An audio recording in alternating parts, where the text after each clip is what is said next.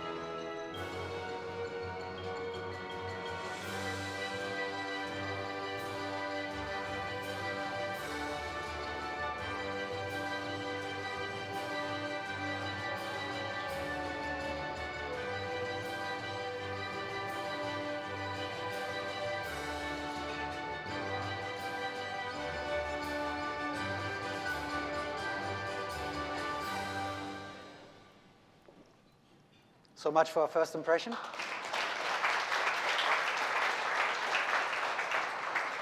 Well, I guess one normally starts a presentation with a map. I put it in last so that you can see how it looks like and where these three cities are that I talked about. We are bordering Poland to the east and the Czech Republic to the south and Bavaria also. But here you can also see how you get to Saxony.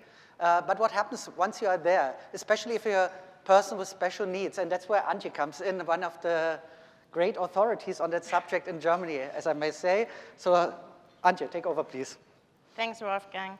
So for us, it is really important to say that accessibility is not a social issue, and it's not a reason for traveling. It is a basic for service and comfort-oriented offers.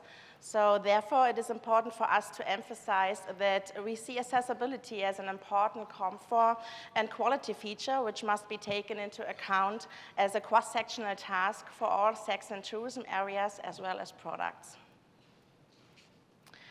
Whether it is a menu in large print or a castle tour in sign language, a step-free access accommodation for people with limited mobility, Saxony now offers a wide range of accessible tourism offers. Even we have the focus of people with mobility impairment. We are also checking the criteria for people with visually and sensory impairments as well as mental disabilities. Every traveler and resident benefit from a step-free access, a generously sized shower, or a possibility to park a stroller or a walker. So families, seniors, business travelers, accessibility makes life easier for everyone. That's why it must be a matter of course to think and act inclusively. Yeah, you know, Jake and his team, I would like to thank everybody for having us here and organizing this in such a wonderful way. He titled it, How We Changed the Culture, basically, of Saxony. And I want to use this quote by our minister, and the decisive sentence is in the middle. We didn't change it. It grew from the bottom up. And it gained the support from the Saxon government. And with this base, of course, it's very easy for us to take it a few steps further at a time and then develop it into something that's even of greater importance. Now, yeah, of course. Now you want to see Antje again, I'm very sure. For that, we have presented a little video, that's how we present this topic to the English-speaking public.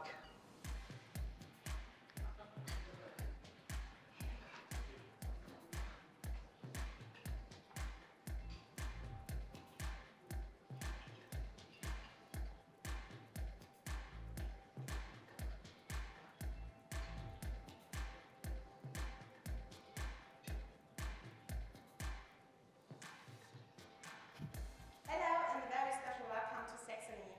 My name is Antje Renner and I have been in charge of accessible tourism in Saxony since 2010. Saxony Tourism is one of the leading players in the field of accessible tourism in Germany even longer. Saxony Tourism has dedicated itself intensively and in close cooperation with its Saxon partners to the development and marketing of accessible tourism offer in Saxony. This ranges from the on-site inspections of the facilities up to the mapping of accessibility and to the publication of this detailed and reliable information of these offers. Thus, Saxony now has a wealth of accessible tourism offer for people with special needs, both for car tour and city traveler, as well as active holidaymakers in the Saxon regions and in the cities.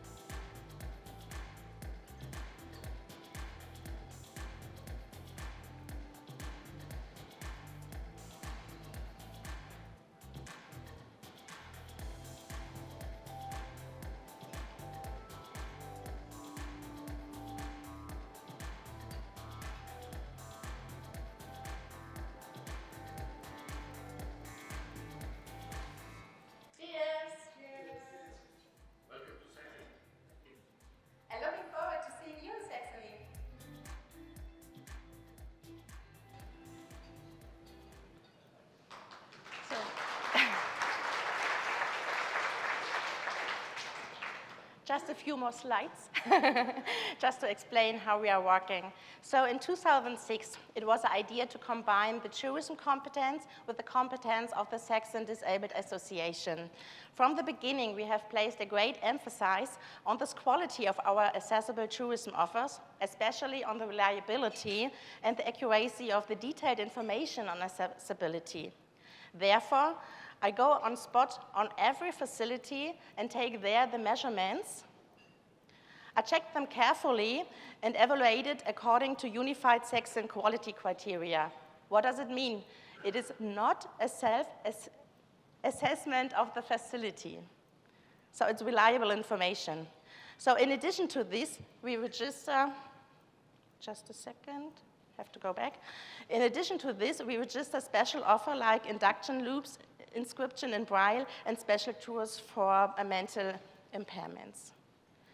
So we have a variety of accommodation.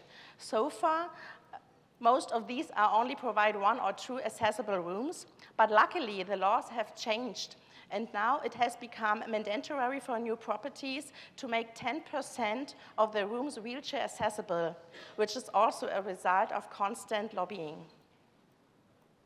We are really proud that the majority of significant tourism offers in Saxony are accessible, like museums, sites, active office, churches, theater, and all that more.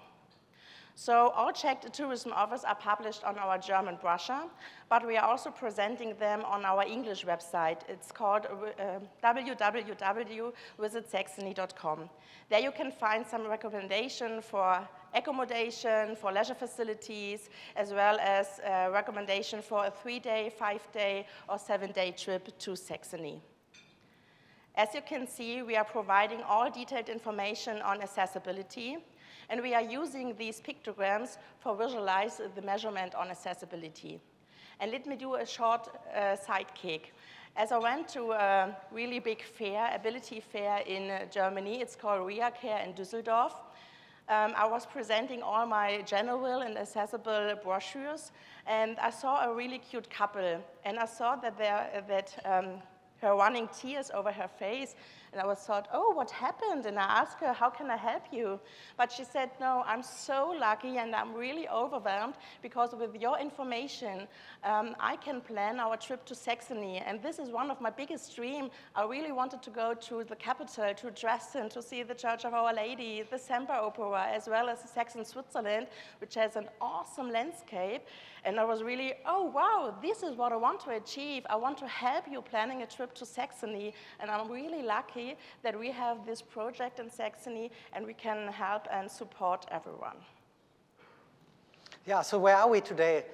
Basically, accessibility has become part of every marketing effort that we're doing, but we're also looking inward, trying to inspire people to create more accessible offers and so on. And also, Antje in person has reached a status on the state level and also on the national level where she's seen as an expert on these issues, and we're also making good use of that.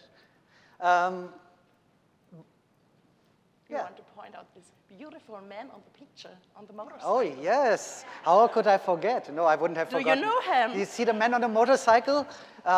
He didn't bring the motorcycle today. He's in his wheelchair. But John, would you say a few words? Because he has recently visited Saxony, and he's about to put together an itinerary for a trip to Saxony next year. John, please. Well, thank you, Wolfgang. Everyone, I think that when we're looking at destinations, Dresden is a city that many of us have heard about given its destruction in the Second World War, but it's a city that has been recreated in the image as it existed prior to those devastating bombings. But it's a destination that I think not many people have considered or thought about. When you go to Germany, you think of Berlin or Munich. And I've been to those cities and enjoyed them. Germany overall, I think, in terms of a particular country in Europe, is the most accessible. In my experience as a wheelchair user, there's widespread accessibility. So, I expected a high level of access when I went to Saxony. I was very excited to go to Dresden. I'm a World War II history buff. And I just was taken aback by the level of thoughtfulness and preparation for my visit. And it's not Wolfgang and Antje going around and telling people that I'm coming. It's the preparation for someone like me at the individual business level. And I could see the engagement that they were able to generate through their local partners to ensure that I would have an equal opportunity to enjoy many of the different unique experiences that you can only find in Saxony. A couple things that I loved most of all were I watched a performance of Bach in the church where he is buried. So we sat before his burial tomb listening to a performance one night in this medieval city center, and just an incredible opportunity and something I'll never forget. I also enjoyed visiting the Audi Museum. I learned so much about the development of that car company and the mergers that had to occur to bring about the automaker that we know today. Obviously, the natural landscapes are incredible. Wolfgang mentioned earlier on the website they've got 3, 5, and 7-day itineraries that are recommended. I've asked for a 10-day itinerary because I think that there's just so much to see. And when I left, I was so disappointed, but I was also inspired to return, climbing out of the Dresden airport, shockingly beautiful landscapes from the edge of Saxony on the western side to the border with Poland. It's incredible. So I'm so happy that you shared it with me. I'm excited to say a little bit about it today and look forward to returning. So thanks so much for being here and supporting the work of Travelability. Thank you, John. Thank you, John.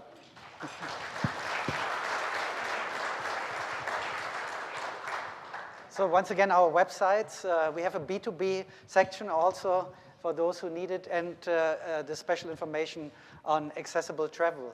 But you don't have to talk to us if you didn't like our presentation. We have also people in America, and Sharish is our marketing consultant, and I always introduce him as our CBO, our Chief Bullshitting Officer. Yeah?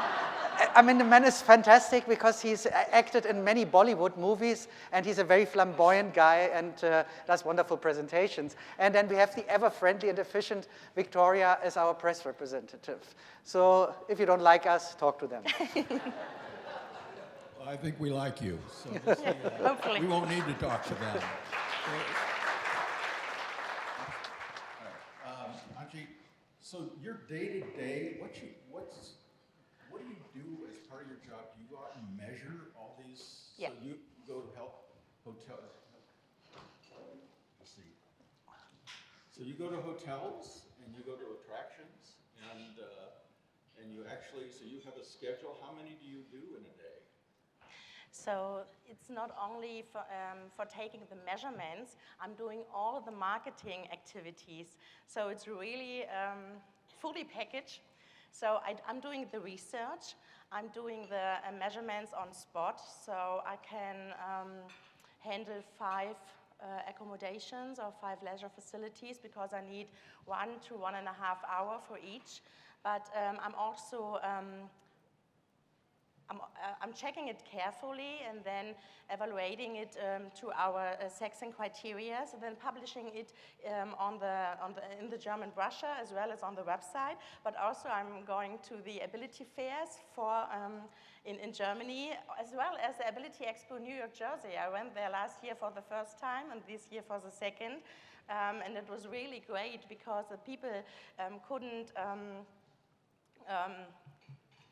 they couldn't believe that I'm doing all the measurement on spot but this is what I want to point out. It's really necessary to go to the facilities on spot because I need reliable information. There are so many people, especially wheelchair users, who have a call to the hotel and they ask for accessible rooms, and everything is accessible, but then they are going to the hotel on spot, and there is a step. Yesterday, one of the representative talked to these two. So I really need reliable information. And what I also do is the networking to the Saxon partners for the destination areas, as well as for our Saxon partners like hotels, museums, something like this, because we have to sensitize them. They are asking me, can I say goodbye to a blind visitor? And I say, yes, you can, because it's really important that you are carrying all guests the same. They are looking for a clean room. They are looking for some adventures. They are looking for a nice sightseeing tour.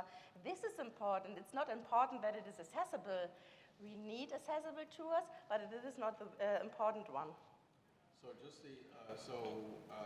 you're actually doing the work yourself, and just Just me. Just you. So we're talking about culture. It's nice to say that the culture really, because it was from the bottom up. But really, the training is really the big part of the culture. And I think that's, can you describe, the training that you're doing, and B, can Wolfgang describe how you market you're really marketing the attitude of a business community about accessibility. So. Yeah. So we have different workshops. We have a general one, but we have also special topics like a workshop for museums, for guiding people. So we have to have a look what are the needs. And I have a wheelchair user. I have a person sitting in a wheelchair, and I have a representative. Mitarbeiter, was denn Kai? Was war du? I have a guy, his name is Kai. I'm just Kai. talking about Kai. You saw him in the movie. Yeah, you saw him in the movie. It was the big bearded guy. The guy, because he has a lot of knowledge about accessibility and accessible tourism. So he is the one who is talking about accessibility, and the second one, Hartmut, is talking about the special needs. So this and the combination is perfect to synthesize all facilities and responsible person, because if I want to go to the workshop and telling them, they will ignore me. But if you have two special ones, everyone will look at them and hear them. And it's a combination. So, and then how do you market that? Well, social media, how do you identify the people with disabilities who need the services that you offer? Well, normally they would come to us, or come to Antje, but we make sure that we always tell people that that accessibility for us is very important. The movie we show a lot, and especially I noticed that in America, it's a very welcome topic, and because it also touches people's heart, and so many people are in one way or the other affected by it, either themselves or by people they know, they travel with, whatsoever, yeah? And so it's very important, it's much appreciated if we bring it up. And I think it's important to point out that it is not, like I said, accessibility is not a travel reason. So we are doing it for a cross-sectional it's a cross-sectional target. So accessibility, if we are providing information about family tours or city tours or something like this, accessibility is always included. Baked in. Yeah. Yes, baked. So let me ask you something, because Germany, 10 years ago in Germany, there was a minister who was able to get a huge budget to basically pay for accessibility for a lot of the states.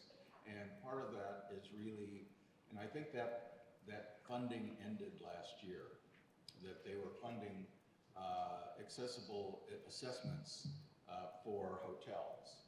And then I think, I wanted to ask you, once that funding ended, then it was all voluntary for the hotels to actually renew and pay for the certification, right? they actually funded a certification process. And so what percentage of the hotels opted to pay for the certification and recertify? Is that? So there is a difference because we have own Saxon criteria in comparison to the German criteria. So because the people and the hotels are not able to pay a lot of amount for marketing for accessibility. So in Germany, in Saxony, we have a special package because we are funded by the ministry.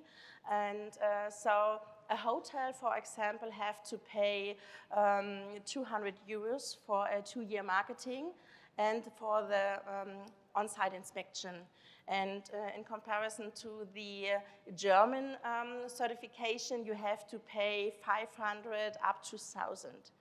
So you have to keep in mind that the hotel, first of all, want to promote their hotel for city traveler, for families and something like that, and accessibility is in a lower ground.